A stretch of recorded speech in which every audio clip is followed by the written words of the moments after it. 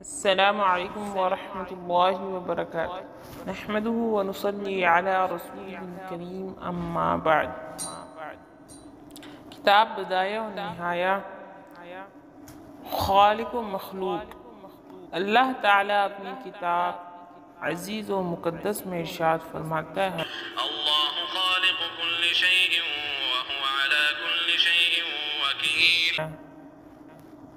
اس لیے در حقیقت وہی ہر چیز کا خالق اور باقی تمام اشیاء اس کی مخلوق ہیں، اور وہی ان جملہ مخلوقات کا منتظم حقیقی ہے، اور اس کا عرش وہ چھت ہے جو سطح ارضی سے تحت الثری تک اس مخلوقات جامد و ناطق کے اوپر قائم و دائم ہے، اور اس کی ذات قدیم و لم یزل ان جملہ مخلوقات کی معبود ہے، اور یہ مخلوقات اسی کے قہر و قدرت کے تحت مختلف کاموں پر معمور ہیں، اور اسی کے تصرف اور مشیت کے تحت اپنے اپنے کام کر رہے ہیں، اور وہی ذات پاک ہمہ وقت ان کے ساتھ ہے، اور ان سے ان کے ہر کام کی خبر اور بصیرت حاصل ہے۔ اللہ تعالیٰ ارشاد فرماتے ہیں وهو معكم أينما كنتم والله بما تعملون بصير۔ تمام بڑے بڑے عالم اس بات پر متفق ہیں، اور انہیں اس میں کوئی شک نہیں کہ اللہ تعالیٰ نے یہ زمین اور آسمان اور جو کچھ ان کے درمیان میں ہے 6 روز میں تخلیق فرمایا ہے۔ البتہ اگر اس ضمن میں ان کے درمیان کوئی بظاہر اختلاف ہے تو صرف اتنا ہے، آیا ان 6 دنوں سے وہی دن مراد ہیں جن کا ہم اس دنیا میں شمار کرتے ہیں، یا ان سے جیسا کہ بتایا گیا وہ ایام مراد ہیں جن میں سے ہر دن 1000 سال کے برابر ہے۔ اس کے علاوہ یہ کہ آیا زمین اور آسمانوں کے درمیان 6 دنوں سے قبل بھی کوئی چیز تخلیق ہوئی تھی یا نہیں؟ ابا کہتے ہیں کہ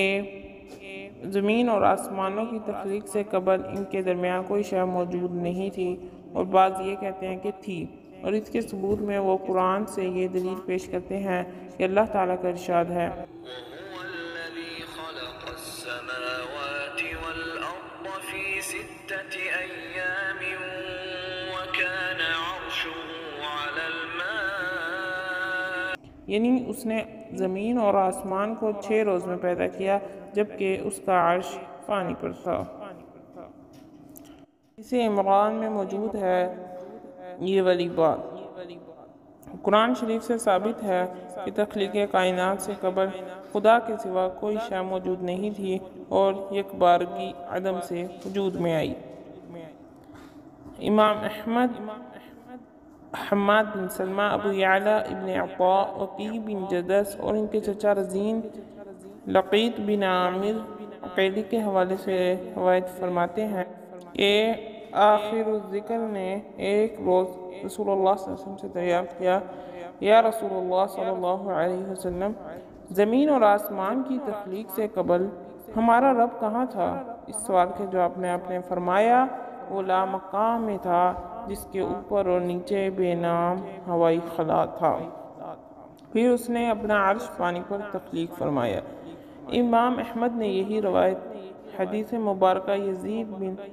یزید اور حماد بن سلمہ کے حوالے سے بیان کی ہے، اور اس میں سوالاً جواباً وہی الفاظ مقرر کیے ہیں جن کا استخراج ترمذی نے کرتے ہوئے اسے روایت حسن کہا ہے۔ تاہم ترمذی رحمۃ اللہ علیہ نے یہ حدیث احمد بن منبع، ابن ماجہ، ابی بکر بن ابی شیبہ اور محمد بن صباح کے الفاظ میں یزید بن ہارون کے حوالے سے بیان کی ہے۔ البتہ اس بارے میں علماء دین میں اختلاف پایا جاتا ہے کہ اللہ تعالیٰ نے سب سے پہلے کون سی چیز تخلیق فرمائی۔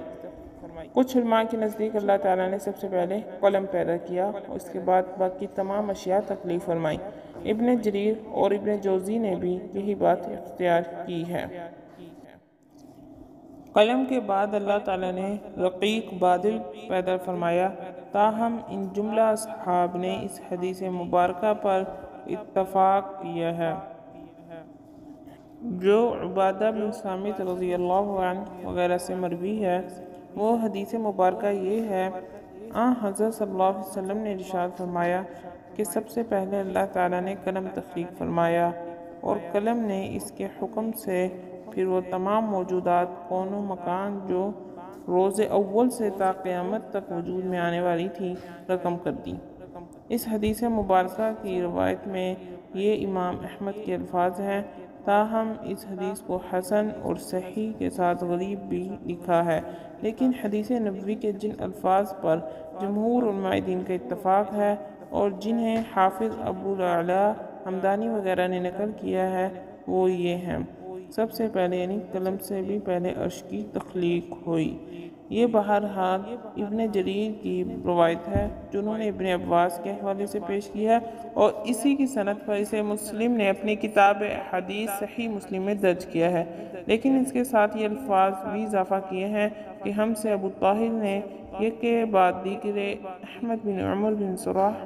ابن وہب، ابو ہانی خولانی، ابی عبد الرحمن اور عبداللہ بن عمر بن عاص کے حوالے سے بیان کیا کہ آخر ذکر کے بقول انہوں نے حضرت صلی اللہ علیہ وسلم کا فرماتے ہوئے سنا: اللہ تعالیٰ نے ارض و سماوات کی 50,000 سال میں تخلیق سے قبل جملہ موجودات کی تصاویر بنا دی تھیں۔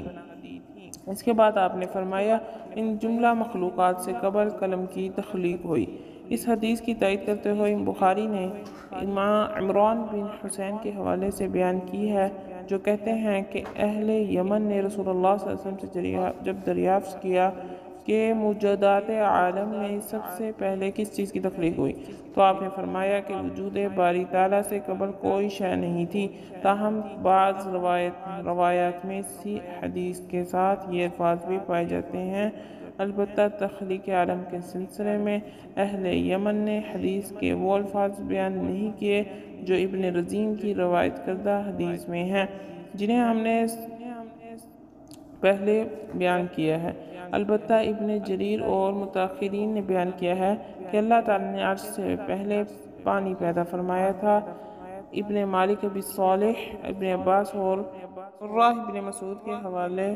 نے اس متعدد دوسرے صحابہ رسول کی زبانی بیان کیا ہے، یعنی اللہ تعالیٰ کا عرش پانی پر تھا اور پانی سے قبل کوئی چیز اللہ تعالیٰ نے تخلیق نہیں فرمائی تھی۔